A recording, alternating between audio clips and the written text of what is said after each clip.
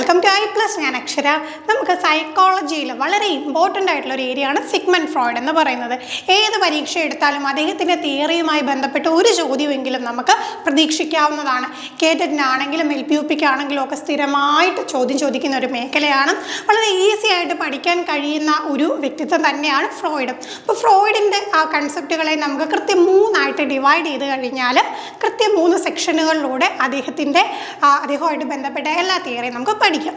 അപ്പോൾ ആരാണ് Sigmund Freud? അദ്ദേഹം ഒരു ഓസ്ട്രിയൻ ന്യൂറോളജിസ്റ്റ് ആയിരുന്നു എന്ന് നമുക്കറിയാം. അപ്പോൾ അദ്ദേഹത്തിൻ്റെ തിയറി ഏതാണ്?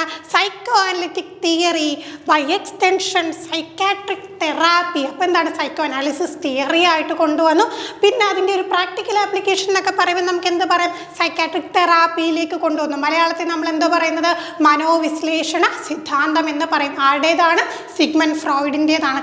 ഏത് നാട്ടുകാരനാണെന്ന് നോക്കി വെച്ചു. ഇപ്പം മിക്കവാറും ഉള്ള പരീക്ഷകൾക്ക് ഇത്തരം ആളുകൾ ഏത് നാട്ടിൽ നിന്നുള്ളതെന്ന് ചോദിക്കുന്ന ഒരു രീതി വരുന്നുണ്ട്. അദ്ദേഹം ഓസ്ട്രിയക്കാരനാണ്. Next, in the late 1800 and 1904, developed a technique that he called psychoanalysis. അപ്പോൾ ഏകദേശം 1800കളുടെ ഒടുക്കം 1900ൻ്റെ ആദ്യമൊക്കെ ആയിട്ടാണ് അദ്ദേഹം ഈ ഒരു സൈക്കോ അനാലിസിസ് എന്ന് പറയുന്ന ആ ഒരു ടെക്നിക്ക് മുന്നോട്ട് വെക്കുകയും അപ്പോൾ അതിലൂടെ എന്ത് ചെയ്തു? മെൻ്റൽ ഡിസോർഡേഴ്സ്, മാനസിക പ്രശ്നങ്ങൾ പരിഹരിക്കാനുള്ള ഒരു മാർഗം കണ്ടെത്തി. അപ്പോൾ അദ്ദേഹത്തിൻ്റെ പരീക്ഷണങ്ങളൊക്കെ എവിടെയാണ് നടത്തിയത്?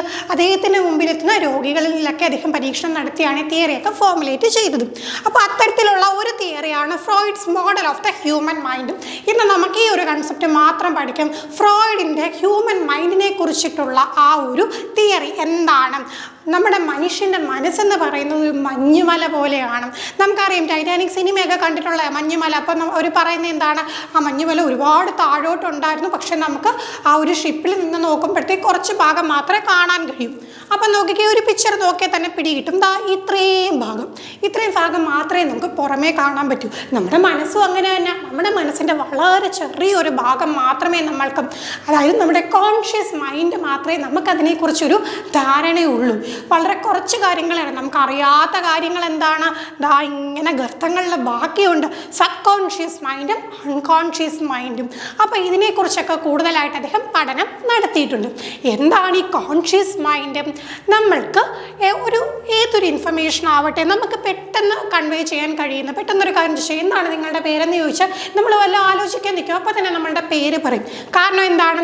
അത് നമ്മളുടെ കോൺഷ്യസ് മൈൻഡിലുള്ളതാണ്. അതായത് എപ്പോൾ വേണമെങ്കിലും ചോദിച്ചു കഴിഞ്ഞാൽ നമുക്ക് അപ്പം തന്നെ എന്ത് ചെയ്യാം?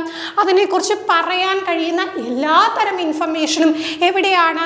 നമ്മളുടെ കോൺഷ്യസ് മൈൻഡിലാണ്. അതിനെക്കുറിച്ച് നമുക്ക് ധാരണയുണ്ട്. നമ്മൾ കണ്ട മഞ്ഞുമലയുടെ ആ ഒരു പ്രകടമായിട്ടുള്ള ഭാഗമാണ് നമ്മളുടെ കോൺഷ്യസ് മൈൻഡ്. എന്നാൽ സബ് കോൺഷ്യസിലോട്ട് ചെല്ലുമ്പോഴത്തേക്ക് കുറച്ചും കൂടെ ഡീപ്പായി സംഗതി. നോക്കിക്കേ, നമ്മൾ എപ്പോഴും ഓർത്തുകൊണ്ടിരിക്കുന്ന കാര്യമൊന്നുമല്ല, പക്ഷേ വേണമെങ്കിൽ റീകോൾ ചെയ്തെടുക്കാം. ഉദാഹരണം, നമ്മുടെ അടുത്ത ഫ്രണ്ടിൻ്റെ ഫോൺ നമ്പർ. ഇപ്പോൾ പിന്നെ മൊബൈൽ ഫോൺ എല്ലാവരും ഉപയോഗിക്കുന്നുണ്ട്, ഫോൺ നമ്പറൊക്കെ മറക്കുന്ന രീതിയാണ്.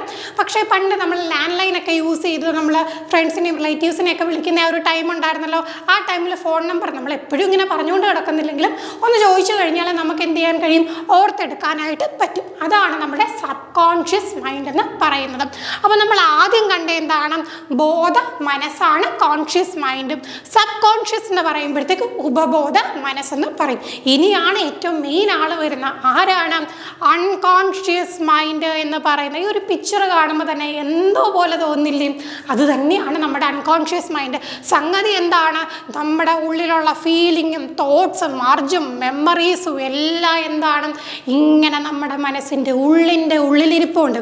നമ്മൾ എന്ത് പെരുമാറുന്നോ അതിനെയൊക്കെ ഇൻഫ്ലുവൻസ് ചെയ്യുന്ന ഒരു സംഗതിയാണ്. നമുക്കറിയത്തില്ല ഇതൊക്കെ നമ്മുടെ മനസ്സിലുണ്ടെന്നും, പക്ഷേ ഇതെന്താണ്? നമ്മുടെ മനസ്സിൻ്റെ ഒരു കോണിലായിട്ടുണ്ട്. ശരിക്കും പറഞ്ഞാൽ ഈ ഒരു സംഗതിയാണ് വളരെ ഇമ്പോർട്ടൻ്റ് ആയിട്ടുള്ളത്. അതാണ് നമ്മളുടെ അൺകോൺഷ്യസ് മൈൻഡ് എന്ന് പറയുന്നത്, അബോധ മനസ്സെന്നൊക്കെ പറയും.